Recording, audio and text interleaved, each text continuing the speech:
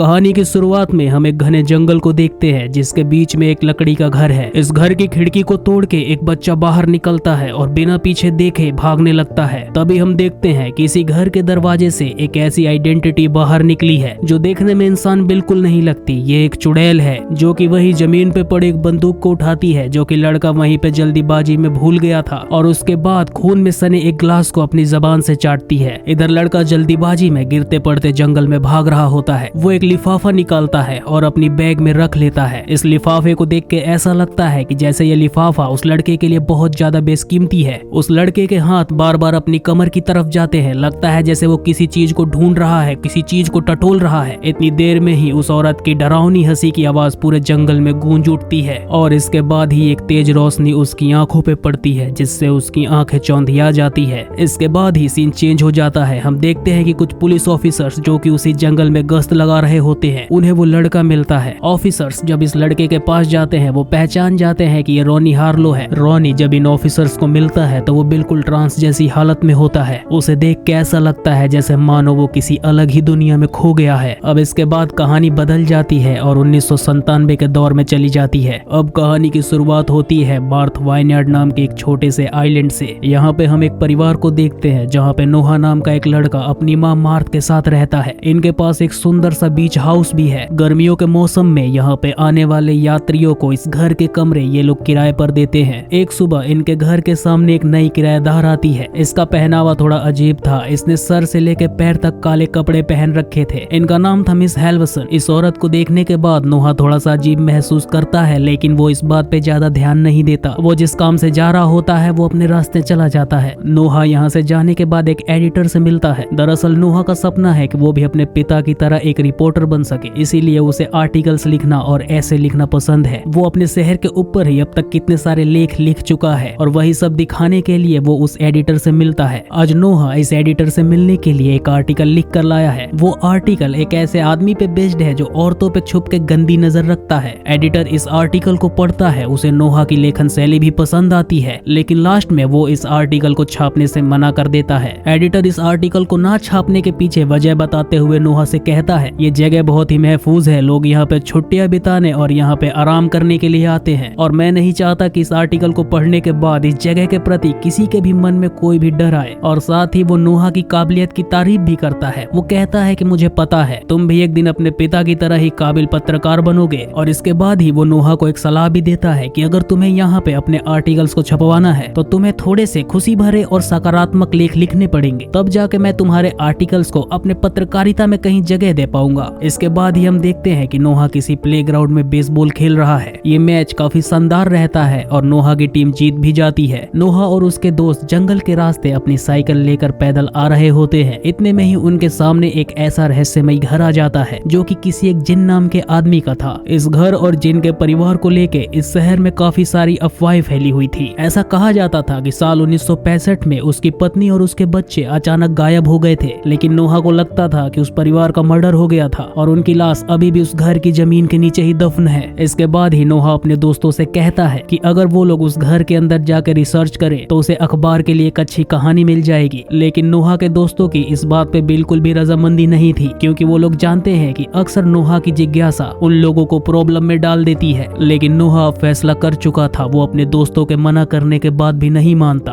और वो अब उस घर के गेट को लांग के घर के अंदर दाखिल होने की कोशिश करता है। जिसके बाद नोहा के दोस्त भी दबे मन से ही सही लेकिन उस घर के अंदर जाने के लिए तैयार हो जाते हैं। नोहा अपने दोस्तों के साथ घर के अंदर घुसता है। वो चुपके से देखते हैं कि जिन अपने घर के अंदर खुदाई कर रहा है। जिन की हरकतें और उसके हाथों की बेचैनी देख के अब बच्चों का शक यकीन में बदलने लगा था। जब जिन वहाँ से अपना काम खत्म करके चला जाता है तो सारे बच्चे उसी बैकयार्ड एरिया में एक बने वर्कशॉप के अंदर जाते हैं। जहाँ पहुँचने के बाद नोहा को एक जंग लगा बक्सा दिखता है। वो जैसे ही उस बक्से को खोलने की कोशिश करता है वहाँ पे किसी के आने की कदमों की आहट होती है। सारे बच्चे छुप जाते हैं लेकिन तभी नोहा को याद आता है कि उसका बैग बाहर ही रह गया है। टेंशन के मारे उसकी धड़कनें तेज हो जाती है लेकिन उतने में ही वहाँ पे जिन आ जाता है जिसे देखने के बाद सारे बच्चे डर के मारे बिना पीछे देखे जोर से भागते हैं। अब इसके बाद हम देखते हैं कि अंधेरा हो चुका है। बेन बीच के किनारे टहल रहा होता है। तभी उसे एक एली नाम की लड़की वहाँ पे मिलती है। ये दोनों उस बीच पे एक दूसरे से बातें करते हुए टहल रहे होते हैं लेकिन ये दोनों इस बात से अनजान है कि इनके ऊपर किसी किसी अजनबी इंसान ने नजर भी रखी हुई है। अब इसके बाद ही एली और बेन दोनों पानी के अंदर स्विमिंग करने के लिए जाते हैं। तभी उन दोनों की नजर उस काले कपड़े वाली छवि पे पड़ती है और अब वो भी पानी के अंदर आ चुकी है। वो काले कपड़ों वाली आइडेंटिटी पानी में आने के बाद एली को पानी के नीचे खींच लेती है, जिससे बेन बहुत ज्यादा घबरा जाता है और वो एली को ढूंढने के लिए पानी के नीचे जाता है। जिसके बाद एली तो उस आइडेंटिटी के चुंगल से आजाद हो जाती है, लेकिन वो आइडेंटिटी अब बेन को पकड़ लेती है। इसके कुछ देर बाद ही पानी के अंदर एक तेज रोशनी होती है और इसी रोशनी के दौरान एली खुद को छुड़ा पाने में सफल रहती है और वहां से निकल जाती है। अब सुबह हो जाती है। हम देखते हैं कि नोहा अपने घर से बाहर निकलता है। वो देखता है कि उसके दरवाजे पे उसका बैग पड़ा हुआ है और ये वही बैग है जो वो पिछले शाम जिन के घर पे छोड़ आया था। वो अपने बैग को खोल के देखता है तो उसके अंदर से एक किताब निकलती है, जिस किताब को देखने पे ये बात स्पष्ट हो जाती है कि वो साफ तौर पे किताब जिन के द्वारा रखी गई है। उस किताब को देखने के बाद नोहा के मन में ख्याल आता है। वो सोचता है कि शायद जिन उतना भी बुरा आदमी नहीं है जितना कि शहर के लोग उसके बारे में कहते हैं। वो उस किताब को लेके बेन के घर की तरफ चला जाता है, लेकिन जब वो वहाँ पे पहुँचता है तो वो देखता है कि बेन की मॉम एक पुलिस ऑफिसर से बात कर रही थी, जहाँ पे वो ऑफिसर बेन की मॉम से कह रहा होता है कि बेन बिल्कुल ही ठीक है, लेकिन वो डूबने की डर की वजह से सदमे में चला गया है। ये बात नोहा सुन लेता है, जिसके बाद वो बेन के पास जाता है। वो बेन से बात करने की कोशिश करता है, लेकिन बेन अब भी चुप रहता है। नोहा के बार बार पूछने के बाद भी बेन उसके किसी भी सवाल का जवाब नहीं देता और साथ ही बेन की आंखों में भी वही खालीपन दिखाई देता है जो इस कहानी की शुरुआत में दिखाए गए लड़के रॉनी की आंखों में था। इसके बाद ही नोहा अब एली से बात करता है। एली भी इस घटना के बाद काफी ज्यादा डरी हुई थी, लेकिन फिर भी एली नोहा को सारी बातें बताती है। सारी घटना को विस्तार से सुनने के बाद नोहा समझ जाता है कि ये कोई साधारण घटना नहीं है। नोहा एली की ये सारी बातें सुनता है और एली से कहता है कि तुम्हें ये सारी बात पुलिस को बतानी चाहिए, लेकिन एली कहती है कि मैंने ये बातें बताने की कोशिश की थी, लेकिन किसी ने भी उसकी बातों पे यकीन नहीं किया। अब नोहा इस घटित घटना के बारे में और अच्छी तरीके से जानना चाहता है, इसीलिए वो उसी बीच पे जाता है जहाँ पे ये घटना घटित हुई है। नोहा को उस बीच पे एक काले कपड़े का टुकड़ा मिलता है और साथ ही वही बीच पे खड़ी उसे मिस हेल्वर्सन भी दिखती है। इसके बाद ही नोहा अब जिन के घर जाता है और जिन से अपना बैग लौटाने के लिए धन्यवाद कहता है और साथ ही वो जिन से माफी भी मांगता है। वो कहता है कि उसे पिछली शाम ऐसे चोरी चुपके उसके घर के अंदर नहीं घुसना चाहिए था।